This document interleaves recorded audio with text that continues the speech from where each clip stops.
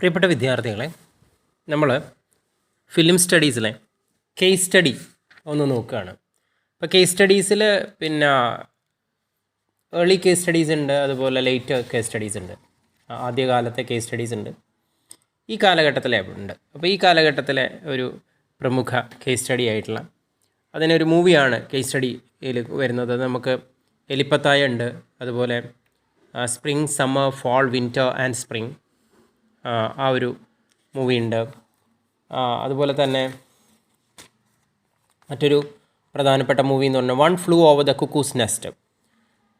ഇത്രയും മൂവീസാണ് നമുക്ക് കേസ് സ്റ്റഡീസിലുള്ളത്. അതിൽ നമുക്കിത് ആദ്യം നോക്കുന്നത് spring, summer, fall, winter and spring എന്ന് പറഞ്ഞ കേസ് സ്റ്റഡിയാണ്.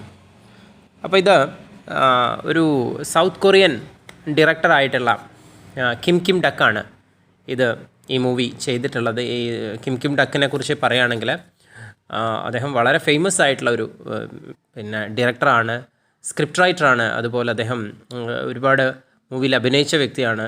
വളരെ മനോഹരമായിട്ട് ചെയ്ത ഒരു മൂവിയാണ് കിം ഡക്കിൻ്റെ ഈ spring, summer, fall, winter and spring. പറ്റുവാണെങ്കിൽ ഇത് യൂട്യൂബിൽ ഈ മൂവി ഉണ്ട്, പറ്റുവാണെങ്കിൽ ഒന്ന് കാണുകയാണെങ്കിൽ നിങ്ങൾക്ക് നന്നാവും. അതോടൊപ്പം ഞാൻ ഇതെന്താണ് സ്റ്റോറി എന്ന് പറയുമ്പോൾ കുറച്ചും കൂടെ നിങ്ങൾക്കതിലേക്ക് ഇറങ്ങിച്ചെന്ന് മനസ്സിലാക്കാനും കഴിയും. അപ്പോൾ നിങ്ങൾ ആരെങ്കിലും സബ്സ്ക്രൈബ് ചെയ്യാതെ കാണുന്നുണ്ടെങ്കിൽ സബ്സ്ക്രൈബ് ചെയ്യുക, ലൈക്ക് ചെയ്യുക, അതുപോലെ മറ്റുള്ളവർക്ക് ഷെയർ ചെയ്ത് കൊടുക്കുക. ഇഷ്ടപ്പെടുകയാണെങ്കിൽ ബെല്ലൈക്കൺ ക്ലിക്ക് ചെയ്ത് ഓൾ സെലക്ട് ചെയ്യാം. കിം ഡക്ക് എന്ന് പറയുന്നത് പല ഗോവ ഫിലിംസ് ഫെസ്റ്റിവലൊക്കെ സ്ഥിരം ആയിട്ട് സന്നിഹിതനാകുന്ന ഒരു വ്യക്തിയാണ്. കേരളീയർക്ക് വളരെയധികം ഇഷ്ടപ്പെട്ട ഒരു വിദേശ സംവിധായകനാണ് കിം ഡക്ക്. കാരണം ആ മൂവി നിങ്ങളത് വാച്ച് ചെയ്യുമ്പം, ഈ spring, summer, fall, winter and spring എന്ന് പറഞ്ഞ ആ മൂവി വാച്ച് ചെയ്യുമ്പം നിങ്ങൾക്ക് ഒരിക്കലും അതിൻ്റെ ഭാഷയുടെ പ്രശ്നമൊന്നും വരില്ല. നിങ്ങൾക്ക് കൃത്യമായിട്ട് അത് മനസ്സിലാവും എന്താ മൂവി എന്നുള്ളത്. അപ്പോൾ അദ്ദേഹത്തിൻ്റെ ആ ഫിലിം എന്താണെന്ന് നമുക്ക് നോക്കാം. The early films of Kim Duck are noted for its allusions to Zen Buddhism and the curious inquiry into the holiness in the man-nature relationship. ഇപ്പോൾ കിം ഡക്കിൻ്റെ പഴയ കാല മൂവീസിൻ്റെ ഒരു സ്പെഷ്യാലിറ്റി എന്ന് പറയുന്നത് സെൻ ബുദ്ധിസം അദ്ദേഹത്തിന് വളരെയധികം സ്വാധീനിച്ച ഒരു ഘടകമാണ്. Curious enquiry into the holiness in the man nature relationship, അദ്ദേഹത്തിൻ്റെ ഒരു ജിജ്ഞാസാപരമായിട്ടുള്ള അന്വേഷണമാണ് മനുഷ്യനും പ്രകൃതിയും തമ്മിലുള്ള വിശുദ്ധമായിട്ടുള്ള ബന്ധങ്ങൾ. Later, he moved into the intricate terrains of human relationships, and his explorations were marked by overt use of violence and sexuality. പിന്നീട് അദ്ദേഹം വളരെ ഒരു വല്ലാത്ത രീതിയിൽ വയലൻസും ലൈംഗികതയുമൊക്കെ പിന്നീടുള്ള കാലഘട്ടത്തിൽ അദ്ദേഹത്തിൻ്റെ മൂവിയിൽ കാണിക്കാൻ തുടങ്ങിയെന്ന് പറയണം. A rare mixture of spirituality and realism are visible in his movies, and he was particular not to digress into the territory of fantasy or magical realism. അദ്ദേഹത്തിൻ്റെ മറ്റൊരു സ്പെഷ്യാലിറ്റി എന്ന് പറഞ്ഞാൽ rare mixture of spirituality and realism, ആത്മീയതയും യാഥാർത്ഥ്യവും കൂടെ ഒന്നിച്ച് mix ചെയ്യുക, എന്നിട്ട് അത് അദ്ദേഹത്തിൻ്റെ സിനിമകളിൽ ദൃശ്യമാണെന്ന് പറയുകയാണ്. അത്തരത്തിലുള്ള കാര്യങ്ങൾ. He was particular not to digress into the territory of fantasy or magical realism. അതുപോലെ ഫാൻറ്റസിയിലേക്കോ മാജിക്കൽ റിയലിസത്തിലേക്കോ വഴിതെറ്റിപ്പോകുന്ന ഒരു പരിപാടിയൊന്നും അദ്ദേഹത്തിൻ്റെ മൂവിയിലില്ല. Kim posed a philosophical question to humanity and impelled his audience to seek answers. അദ്ദേഹം തത്വചിന്താപരമായിട്ടുള്ള ചോദ്യങ്ങൾ ചോദിക്കുകയാണ് നമ്മളുടെ മനുഷ്യരോട്, എന്നിട്ട് അദ്ദേഹത്തിൻ്റെ ഓഡിയൻസിനോട് അതിൻ്റെ ഉത്തരങ്ങൾ തേടുകയാണ്. His movies disturbed the audience and shocked them to realize the inevitable complexities which are inevitable in human relationships. മറ്റൊരു സ്പെഷ്യാലിറ്റി എന്ന് പറഞ്ഞു കഴിഞ്ഞാൽ his movies disturbed the audience. ശരിക്കും അദ്ദേഹത്തിൻ്റെ സിനിമ കണ്ടു കഴിഞ്ഞാൽ നമ്മളെ വല്ലാണ്ടത് ഹോണ്ട് ചെയ്തുകൊണ്ടിരിക്കും. ആ സിനിമയുടെ ഒരു സ്പെഷ്യാലിറ്റി എന്ന് പറയുമ്പോൾ നമുക്കത് ആ സിനിമ കണ്ടിറങ്ങി കഴിഞ്ഞിട്ട് ഒരു ചിരിച്ചു പോകുന്ന ഒരു എൻ്റർടൈൻമെൻറ്റ് ഫിലിം അല്ലാത്തൊരു സാധനം, യഥാർത്ഥത്തിൽ ഒരു നല്ല മൂവി എന്ന് പറയുമ്പോൾ ആ സിനിമ നമ്മളെ ബുദ്ധിമുട്ടിച്ചുകൊണ്ടിരിക്കുമ്പോൾ ഉറക്കത്തിലും അതുപോലെ എല്ലാ സമയത്തും നമ്മളെ ആ സിനിമ ഡിസ്റ്റർബ് ചെയ്യുന്നുണ്ടെങ്കിൽ അതവിടെ ഒരു സംവിധായകൻ്റെ വിജയമാണ്. അതാണ് യഥാർത്ഥത്തിലുള്ളൊരു മൂവി എന്ന് പറയാം. അപ്പോൾ അതുപോലെ his movies disturbed the audience, അദ്ദേഹത്തിൻ്റെ സിനിമയും ഓഡിയൻസിനെ വളരെയധികം ശല്യപ്പെടുത്തിക്കൊണ്ടിരിക്കുക. And shocked them to realise the inevitable complexities which are inevitable in human relationships. അതായത് മനുഷ്യജീവിതത്തിലെ ഒഴിവാക്കാൻ പറ്റാത്ത സങ്കീർണതകളും അതുപോലെ ഒഴിവാക്കാൻ പറ്റാത്ത മനുഷ്യബന്ധങ്ങളും ഒക്കെയാണ് അദ്ദേഹം അത് തിരിച്ചറിയലാണ് നമ്മളെ വല്ലാണ്ട് ഷോക്ക് ചെയ്യപ്പെടുത്തുന്നത് എന്ന് പറയുന്നത്, നമ്മളെ ഷോക്ക് ചെയ്യപ്പെടുത്തുന്നത്. His characters adorns many shades who couldn't easily dissected and understood. ഇദ്ദേഹത്തിൻ്റെ കഥാപാത്രങ്ങൾ മെനി ഷെയ്ഡ്സ് എന്ന് പറഞ്ഞാൽ പല രീതിയിലുള്ള ഷെയ്ഡുകളുണ്ട്. Who couldn't be easily dissected and understood. അതിങ്ങനെ നമ്മൾക്ക് കൃത്യമായിട്ട് മുറിച്ച് മനസ്സിലാക്കാനോ കട്ട് ചെയ്ത് മനസ്സിലാക്കാനോ വേർതിരിച്ച് മനസ്സിലാക്കാനോ അത്ര എളുപ്പമല്ല എന്ന് പറയണം. KIMS journey as A film maker was strange, eventful and controversial. അദ്ദേഹത്തിൻ്റെ സിനിമാ നിർമ്മാണം അല്ലെ സിനിമാ സംവിധായകൻ എന്നുള്ള ഇതിലേക്ക് വരുമ്പം വളരെ വിചിത്രമാണ്, അതുപോലെ സംഭവബഹുലമാണ്, അതുപോലെ വളരെയധികം വിവാദത്തിൽ ഉള്ള ആളാണ് അദ്ദേഹം എന്ന് പറയുന്നത്. He was accused by several actors for sexually assaulting them. പല ആക്ടേഴ്സും അദ്ദേഹത്തിന് ഈ ലൈംഗികമായിട്ട് അറ്റാക്ക് ചെയ്തിട്ടുണ്ട് അദ്ദേഹം എന്നൊക്കെ പറഞ്ഞിട്ട് പരാതി കൊടുത്തിട്ടുണ്ട്. അതുപോലെ his violent methods of forcing actors were also severely criticised. അദ്ദേഹം വളരെ എന്താ പറയുക, അതായത് കഥാപാത്രങ്ങളെ ശക്തമായ ഒരു സിനിമയിൽ കാണിക്കുമ്പം ചില കാര്യങ്ങളൊക്കെ അവർ പറ്റില്ല എന്ന് പറഞ്ഞാലും നിർബന്ധിച്ച് അവരെ കൊണ്ട് ചെയ്യിപ്പിക്കുന്നതിനൊക്കെ അദ്ദേഹം വളരെയധികം വിമർശിക്കപ്പെട്ടിട്ടുണ്ട്. Once he decided to take a break from cinema and retreat from his normal life and went into the mountains and lived almost 3 years in a tent. കുറച്ച് കാലത്തേക്ക് അദ്ദേഹം ഒരു സിനിമയിൽ നിന്ന് ബ്രേക്ക് എടുത്തിട്ട് അദ്ദേഹം ഒരു പർവ്വതത്തിൽ പോയിട്ട് ഒരു ടെൻറ്റിൽ താമസിക്കാൻ തുടങ്ങി. ഏകദേശം 3 വർഷം അവിടെ അദ്ദേഹം താമസിച്ചു എന്ന് പറയുന്നത്. He came back with a documentary film Arirang 2011 and resumed his career. പിന്നീട് 3 വർഷത്തിന് ശേഷം അദ്ദേഹം വന്നിട്ട് ആദ്യം ഒരു ഡോക്യുമെൻ്ററിയാണ് എടുത്തത്. ആരിറാങ് എന്നാണ് പേര്. അതിൻ്റെ പേര് 2011 അദ്ദേഹം വീണ്ടും അദ്ദേഹത്തിൻ്റെ കരിയർ തുടങ്ങി എന്ന് പറയണം. Released in 2003, Spring, Summer, Fall, Winter and Spring is considered as one of the greatest films ever made. അപ്പോൾ 2003 spring, summer, fall, winter and spring എന്ന സിനിമ റിലീസ് ചെയ്യപ്പെടുന്നത്. അത് പിന്നെ ലോകത്തിലെ അതിമനോഹരമായ മൂവികളിൽ ഒന്നായിട്ട് കണക്കാക്കപ്പെട്ടിരിക്കുന്നു. Set in a floating Buddhist monastery, അതായത് ഒരു പുഴയുടെ നടുക്കുള്ള ഒരു ബുദ്ധ സന്യാസിയുടെ ആശ്രമം. The film traces the life of a Buddhist monk through the various seasons of his life. ഒരു ബുദ്ധിസ്റ്റ് സന്യാസിയുടെ ജീവിതം അത് വ്യത്യസ്ത തരത്തിലുള്ള സീസണിലൂടെ നമ്മളെ കാണിച്ചു തരികയാണ്. The movie is a testimony of the influence of Buddhism in Kim Ki duk as he meticulously pursues human life and various stages associated with it from the perspective of Buddhist philosophy. ഇപ്പം ഈ സെൻ ബുദ്ധിസത്തിനോടുള്ള അദ്ദേഹത്തിൻ്റെ വളരെയധികം സ്വാധീനം, താല്പര്യമൊക്കെ ഇതിൽ കാണാം എന്ന് പറയാണ്. Meticulously pursues human life and various stages associated with it. മനുഷ്യജീവിതത്തിലെ വളരെ സൂക്ഷ്മമായിട്ട് അദ്ദേഹം പിന്തുടരുന്നു. And various stages associated with it, അതുമായി ബന്ധപ്പെട്ട പല ഘട്ടങ്ങളും ഉണ്ട് മനുഷ്യജീവിതത്തിൽ from the perspective of Buddhist philosophy. അതുപോലെ the film focuses on the meaning of life along with the raising certain significant questions on human existence. ജീവിതത്തിൻ്റെ അർത്ഥം ആണ് സിനിമ തേടുന്നത്. അതോടൊപ്പം തന്നെ പ്രധാനപ്പെട്ട ചില ചോദ്യങ്ങളും മനുഷ്യജീവിതത്തെക്കുറിച്ചുള്ള കുറേ ചോദ്യങ്ങളുണ്ട് എന്ന് പറയണം. The movie which symbolises the cycle of life, അതായത് ജീവിതത്തിൻ്റെ സൈക്കിളിനെ അല്ലെങ്കിൽ തന്നെ ജീവിത ചക്രത്തെ പ്രതിനിധീകരിക്കുന്നതാണ് ഈ സിനിമ എന്ന് പറയുന്നത്. It's divided into 5 parts, 5 ഭാഗങ്ങളായി തിരിച്ചിരിക്കുന്നു. The first part spring shows a young Buddhist living with his master. ആദ്യത്തെ ഒരു പാർട്ട് എന്ന് പറയുന്നത് വസന്തമാണ്. അപ്പോൾ ആ വസന്തം നമ്മൾക്ക് കാണിച്ചു തരുന്നത് വസന്തത്തിൻ്റെ ആ ഒരു കളറൊക്കെ നമുക്ക് കിംകിൻഡക് അതിമനോഹരമായിട്ട് സ്ക്രീനിൽ കൊണ്ടുവരുന്നുണ്ട്. ആ സീസൺ അതുപോലെ. അപ്പോൾ ഒരു വ്യക്തിയുടെ വസന്തകാലം എന്ന് പറയുന്ന യൗവനമാണ്. അപ്പം നേച്ചറും വ്യക്തിയും തമ്മിലുള്ള ഒരു കണക്ഷൻ. അപ്പം യൗവന കാലഘട്ടത്തിലെ ഒരു ശിഷ്യൻ ഗുരുവിൻ്റെ കൂടെ അദ്ദേഹത്തിൻ്റെ ആശ്രമത്തിൽ താമസിക്കുന്നു. The child helps his master and follows all his orders. ഒരു ഗുരുവിൻ്റെ ആശ്രമത്തിൽ ശിഷ്യൻ അദ്ദേഹം പറഞ്ഞ കാര്യങ്ങളൊക്കെ കേൾക്കണം. അദ്ദേഹത്തിൻ്റെ ആജ്ഞ അനുസരിച്ച് എല്ലാ കാര്യങ്ങളും ചെയ്തു കൊടുക്കുന്നുണ്ട് ഈ ശിഷ്യൻ. Then he is shown as torturing creatures like a fish, frog and snake by throwing stones to their body.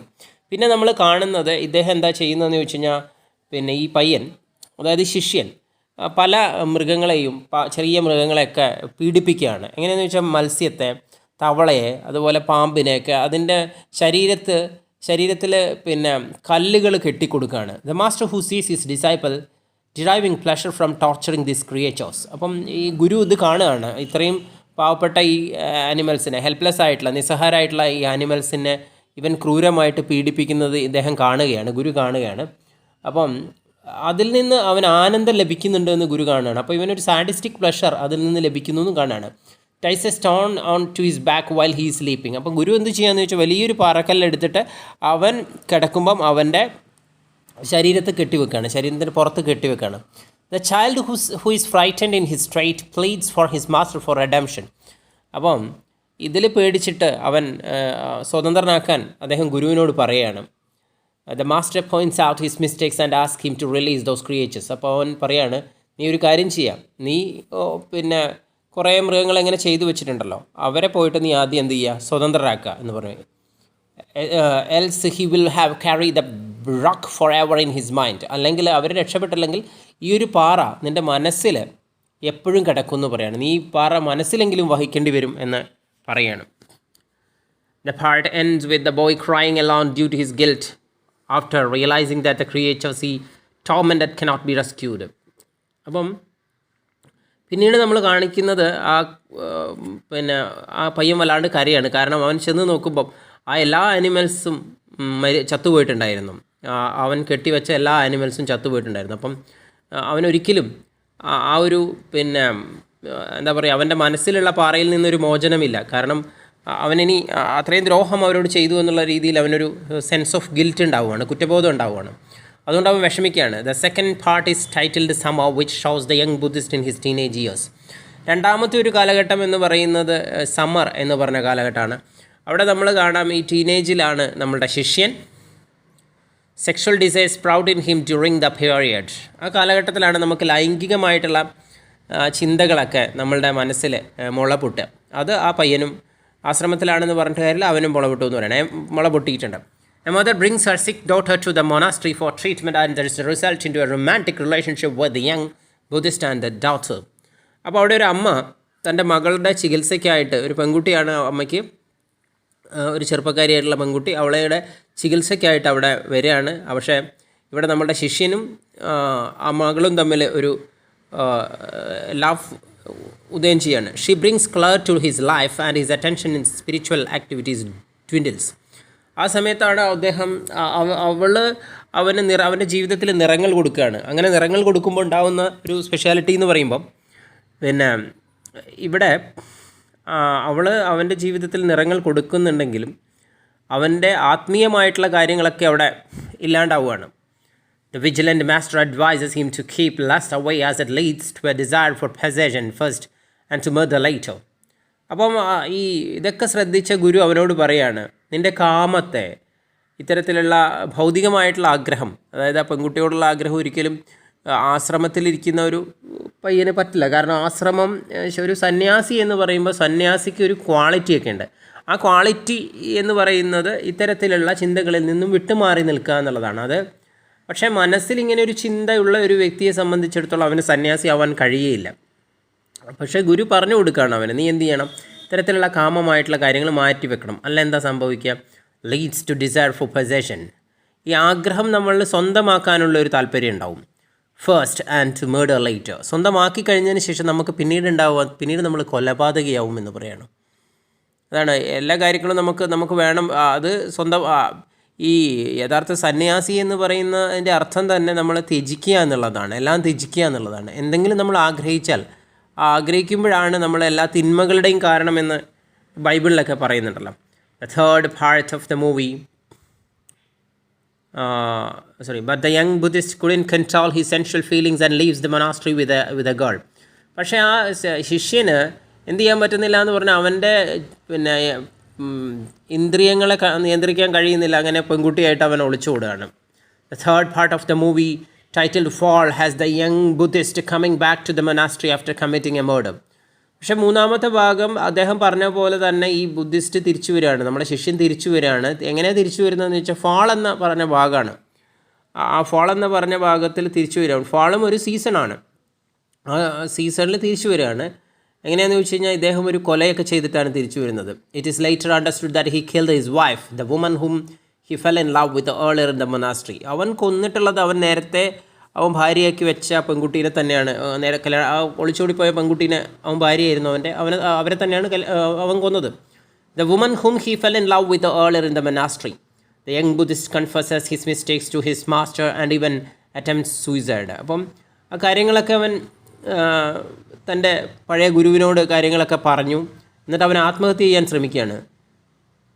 Two detective come to the monastery to get him and he finally goes with them. ആ സമയത്താണ് 2 detective ഇവൻ്റെ ആശ്രമത്തിൽ വരുന്നു.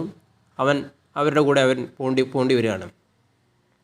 The last scene of this part shows the master builds a fire in the boat and burns himself. അവസാനത്തെ ഒരു scene എന്ന് പറയുന്നത് അവിടെ ഒരു തോണിയിൽ ഈ മാസ്റ്റർ ഒരു ചിത ഒരുക്കിയിട്ട് അതിൽ സ്വയം അദ്ദേഹം അതിൽ മരിക്കുകയാണ്. The next part of the movie is titled Winter. വീണ്ടും അടുത്ത മൂവിയുടെ ടൈറ്റിൽ വിൻ്റർ എന്നാണ്. പിന്നെ here the young Buddhist now in his middle age is back at the monastery. ഇപ്പോൾ നമ്മളുടെ ആ പഴയ ശിഷ്യൻ, ആ കൊലപാതകിയായ ശിഷ്യൻ അതേ ആശ്രമത്തിലേക്ക് തിരിച്ചു വരികയാണ്.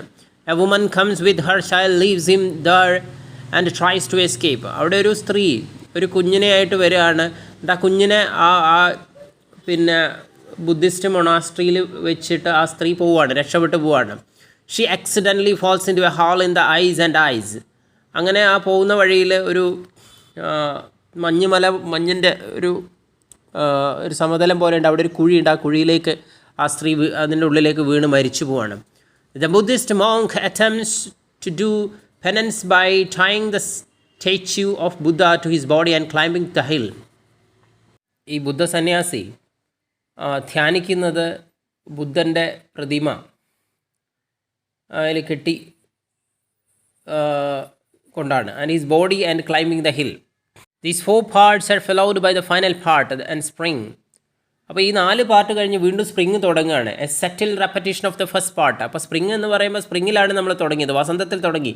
ഈ സ്പ്രിങ് എന്ന് പറയുന്ന വീണ്ടും ഈ സാധനം വീണ്ടും തുടരുകയാണ്. അപ്പോൾ ജീവിതം വീണ്ടും എന്താണ്, ഒരു സർക്കിൾ പോലെ വീടാണ്. Where the boy left by the woman is living with the monk and he tortures creatures like a turtle, fish, frog and snake just like the master in his childhood. അപ്പം നമുക്കറിയാം ആ സ്ത്രീ ഉപേക്ഷിച്ചു പോയ ആ കുട്ടി വീണ്ടും തവളേനെയും അതുപോലെ പാമ്പിനെയും മറ്റും മത്സ്യത്തെയും ആ പഴയ കുട്ടി ചെയ്ത പോലെ തന്നെ ടോർച്ചർ ചെയ്യുകയാണ്. The film ends with the shot of the Buddha statue on the top of the hill. കുന്നിൻ്റെ മുകളിലുള്ള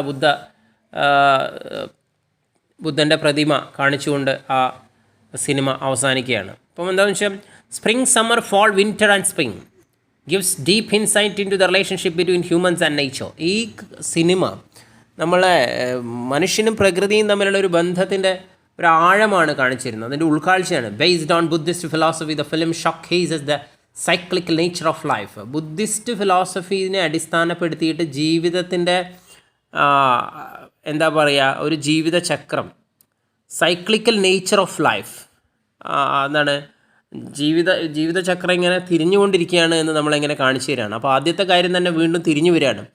here everything repeats it self in different forms and structures. ഇവിടെ പല കാര്യങ്ങളും വ്യത്യസ്ത രീതിയിൽ വ്യത്യസ്ത ഘടനയിൽ ഇങ്ങനെ എന്താ പറയുക തിരിഞ്ഞു വരികയാണ്. The Buddhist doctrines preach about the importance of every creature's life. അപ്പം ബുദ്ധൻ്റെ തത്വം എന്ന് തന്നെ പറഞ്ഞു കഴിഞ്ഞാൽ തന്നെ എല്ലാ മൃഗങ്ങളുടെയും പ്രാധാന്യമാണ്. Preach about the importance of every creature's life. അതിപ്പോൾ ചെറിയ മൃഗം വലിയ മൃഗം എന്നൊന്നുമില്ല, എല്ലാ മൃഗങ്ങൾക്കും പ്രാധാന്യമുണ്ടെന്ന് പറയാണ്. Humans are not superior by any means and they should respect other livings being inhabiting the earth. അപ്പോൾ മനുഷ്യനവിടെ പ്രത്യേകതയൊന്നുമില്ല, മനുഷ്യനവിടെ സുപ്പീരിയർ ഒന്നുമല്ല. കാരണം മനുഷ്യൻ എല്ലാ മൃഗങ്ങളെപ്പോലെ തന്നെ അവനും അവിടെ അവകാശമുള്ളൂ. അപ്പോൾ അത് മറ്റുള്ളവരുടെ എല്ലാ മൃഗങ്ങളെയും മനുഷ്യൻ റെസ്പെക്റ്റ് ചെയ്യണം എന്നാണ് ബുദ്ധിസ്റ്റ് ഫിലോസഫി പറയുന്നത്. In the film the master teaches his disciple the value of life. ഇതിൽ ഈ മാസ്റ്റർ ശരിക്ക് ഈ ശിഷ്യനെ പഠിപ്പിക്കുന്നത് ജീവിതത്തിൻ്റെ മൂല്യമാണ്. It also throws light on the idea of karma as the disciple is taught about the result of his action. അതുപോലെ അത് കർമ്മത്തിൻ്റെ അടിസ്ഥാനത്തിൽ കർമ്മം ഒരുത്തൻ്റെ കർമ്മം മോശമാണെങ്കിൽ അതിനനുസരിച്ചിട്ടുള്ള റിസൾട്ടാണ് കിട്ടുക. കർമ്മം നല്ലതാണെങ്കിൽ നല്ല റിസൾട്ട് എന്നും കൂടെ അതിൽ കാണിക്കുന്നുണ്ട്. Each part of the film has an animal as a simple as dog, hen, cat, snake and turtle appear respectively. ഇതിൽ ഓരോ ഭാഗത്തും പല രീതിയിലുള്ള ആനിമൽസിനെ കൊണ്ടുവരുന്നുണ്ട്, ഒരു പ്രതീകങ്ങളായിട്ട് കൊണ്ടുവരുന്നുണ്ടെന്ന് പറയണം. The excuse to frames are rich with meaning and philosophical ideas that deserve serious assessment from the viewers. അതിമനോഹരമായ ഫ്രെയിമും തത്വചിന്താപരമായിട്ടുള്ള അർത്ഥങ്ങളും ഒക്കെ ഇതിൽ നിറച്ചു വെച്ചിട്ടുണ്ട്. ഒരുപാട് ആശയങ്ങളൊക്കെ നിറച്ചു വെച്ച ഒരു മൂവിയാണിത്. Spring, summer, fall, winter and spring is a cinematic meditation that takes the viewers along for a spiritual journey. യഥാർത്ഥത്തിൽ ഒരു ആത്മീയ യാത്രയിലേക്ക് ഓഡിയൻസിനെ കൊണ്ടുപോവുകയാണ് ഈ സിനിമ ചെയ്യുന്നത്. The film is also noted for the use of minimum dialogues. അധികം ഡയലോഗുകളൊന്നും ഈ സിനിമയിലില്ല. The never-ending cycle of life is represented in the form of different seasons. അപ്പം ജീവിതത്തിൻ്റെ സൈക്കിൾ എന്ന് പറയുന്ന ജീവിതചക്രം അതിനെ കാണിച്ചു തരാൻ വ്യത്യസ്ത സീസണുകളാണ് ഇവിടെ ഉപയോഗിച്ചിരിക്കുന്നത്. The lake where the monastery is situated can be seen as a metaphor of the human mind.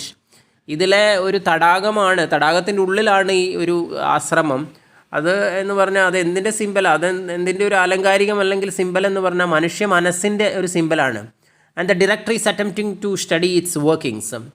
A person's fight with his or her instincts is an idea carefully analyzed in the movie by Calicut. ഒരു വ്യക്തിക്ക് അവൻ്റെ instinct എന്ന് പറഞ്ഞ ജന്മവാസന, ലൈംഗികത എന്ന് പറഞ്ഞ ഒരു ജന്മവാസനയാണ് വ്യക്തികളുടെ. അതിനെ പോരാടി ജയിക്കുക എന്ന് പറഞ്ഞാൽ അത്ര എളുപ്പമുള്ള കാര്യമില്ല. A person's fight with his or her instinct is an idea carefully analysed in the movie by. ആ ഒരു അതിലേക്ക് ഫൈറ്റ് ചെയ്യാൻ ഗുരു പറയുന്നുണ്ടെങ്കിൽ പോലും അവന് കഴിയുന്നില്ല. The first part shows the child's action and the masters words that teach him about the acute pain of regret. ആദ്യത്തെ ഒരു ഭാഗം എന്ന് പറഞ്ഞാൽ കുട്ടിയുടെ ഈ പ്രവൃത്തിയും അതിലെ ഗുരുവിൻ്റെ വാക്കുകൾ അവന് ശരിക്കും എന്താണ് പശ്ചാത്താപം ഉണ്ടാക്കുന്നു, വല്ലാത്ത വേദന ഉണ്ടാക്കുന്നു അവൻ ചെയ്ത തെറ്റുകൾ ഓർത്തും. The second part throws light on the dilemma a person comes across when spiritually and senses are just collide. രണ്ടാമത്തെ അവസ്ഥയിൽ അവനൊരു ധർമ്മസങ്കടത്തിലാണ് എത്തുന്നത്. കാരണം അവൻ്റെ ആത്മീയതയും അതുപോലെ അവൻ്റെ ഇന്ദ്രിയങ്ങളുടെ ഒരു താല്പര്യവും ലൈംഗിക താല്പര്യവും തമ്മിലുള്ള ഒരു ഏറ്റുമുട്ടലാണ് രണ്ടാമത്തെ ഭാഗത്ത് നടക്കുന്നത്. അപ്പം next part reflects on the idea of remorse and realisation. മൂന്നാമത്തെ ഭാഗത്ത് അവൻ്റെ പശ്ചാത്താപവും തിരിച്ചറിവുമാണ്. The season of winter focuses on atonement and redemption. Winter വീണ്ടും നമുക്ക് പറഞ്ഞു തരുന്നത് ഒരു സ്വാതന്ത്ര്യത്തിൻ്റെയൊക്കെ ഒരു സംഭവമാണ്. The final part puts forth the idea of the never ending repetitive nature of human life which is cyclical and similar to the season. അവസാന ഭാഗം നമുക്കൊരാശയം തരുന്നതെന്ന് വെച്ചാൽ മനുഷ്യ ജീവിതത്തിൻ്റെ സ്വഭാവം എന്ന് പറയുന്ന സൈക്ലിക്കലാണ്. എന്തുപോലെ സീസൺ ഇങ്ങനെ മാറി വരുന്ന പോലെ തന്നെയാണ് മനുഷ്യ ജീവിതവും എന്നാണ് പറഞ്ഞിരുന്നത്. The film teaches a significant lesson of life. വളരെ പ്രധാനപ്പെട്ട ഒരു പാഠമാണ് ഈ സിനിമ നമുക്ക് തരുന്നത്. No guru can ever substitute experience and humans have to face life and learn its way in the hardest way. ഒരു ഗുരുവും നമുക്ക് അനുഭവത്തിൻ്റെ അത്ര നല്ല ഒരു പകരക്കാരനാവാൻ ഒരു ഗുരുവിന് സാധിക്കില്ല എന്ന് പറയാണ്. കാരണം എത്ര പറഞ്ഞു കൊടുത്തിട്ടും അവൻ ആ പെൺകുട്ടീനോടുത്തുള്ള താല്പര്യം കണ്ടിന്യൂ ചെയ്യുകയും അവളുടെ കൂടെ പോവുകയും ചെയ്തു. കാരണം എന്താണെന്ന് വെച്ചാൽ നീ ഒരിക്കലും സ്വന്തമാക്കാൻ ആഗ്രഹിച്ചത് കരുത് എന്ന് ഗുരു പറഞ്ഞിട്ടുണ്ട്. സ്വന്തമാക്കാൻ ആഗ്രഹിച്ചാൽ നീ ഉറപ്പാണ് നീ പെട്ടുപോകും. കാരണം നീ അതിനുശേഷം നീ കൊല നടത്തുമെന്നൊക്കെ പറഞ്ഞിട്ടുണ്ട്. പക്ഷേ ഗുരു എത്ര പറഞ്ഞു കൊടുത്തിട്ടും ചെയ്യുന്നില്ല. അതാണ് പറയുന്നത് ഒരു ഗുരുവും അനുഭവത്തിന് പകരമാവാൻ പറ്റില്ല എന്ന് പറയുകയാണ്. And humans have to face life. അതുകൊണ്ട് മനുഷ്യൻ അവൻ്റെ ജീവിതത്തെ അഭിമുഖീകരിക്കണം. അതേപോലെ learn its ways in the hardest way. അതിലൂടെ എന്താ പറയുക കഠിനമായിട്ടുള്ള പാതയിലൂടെ അവൻ പഠിച്ചിരിക്കണമെന്ന് പറയണം എന്താണ് ജീവിതമെന്ന്. Kim Duk himself appears in the movie as the middle of aged monk. ആ മധ്യവയസ്കനായിട്ടുള്ള കുറച്ച് വൃദ്ധനായിട്ടുള്ള സന്യാസിയായിട്ട് ഇതിൽ കിം ഡക്ക് തന്നെയാണ് പ്രത്യക്ഷപ്പെടുന്നത്. The film has one awards in various international film festival including Locarno international film festival and San Sebastian international film festival. പല cinema ഫെസ്റ്റിവലിലും ലൊക്കാർണോയിലും അതുപോലെ San Sebastian film ഫെസ്റ്റിവലൊക്കെ ഇതിന് award കിട്ടിയിട്ടുണ്ട് ഈ സിനിമയിൽ. The film's cast include. ഇത്രയൊക്കെയാണ് ഇതിൻ്റെ കേസ് സ്റ്റഡീനെ കുറിച്ച് പറയാനുള്ള പ്രിയപ്പെട്ട വിദ്യാർത്ഥികളെ. അപ്പോൾ നിങ്ങൾ ഇഷ്ടപ്പെടുകയാണെങ്കിൽ സബ്സ്ക്രൈബ് ചെയ്യുക, ലൈക്ക് ചെയ്യുക. എന്തെങ്കിലും നമ്മളുടെ ഈ ഒരു ഫിലിം സ്റ്റഡിയുമായി ബന്ധപ്പെട്ട് എന്തെങ്കിലും പറയാനുണ്ടെങ്കിൽ നിങ്ങൾ കമൻറ്റ് ബോക്സിലിടുക. Thank you very much.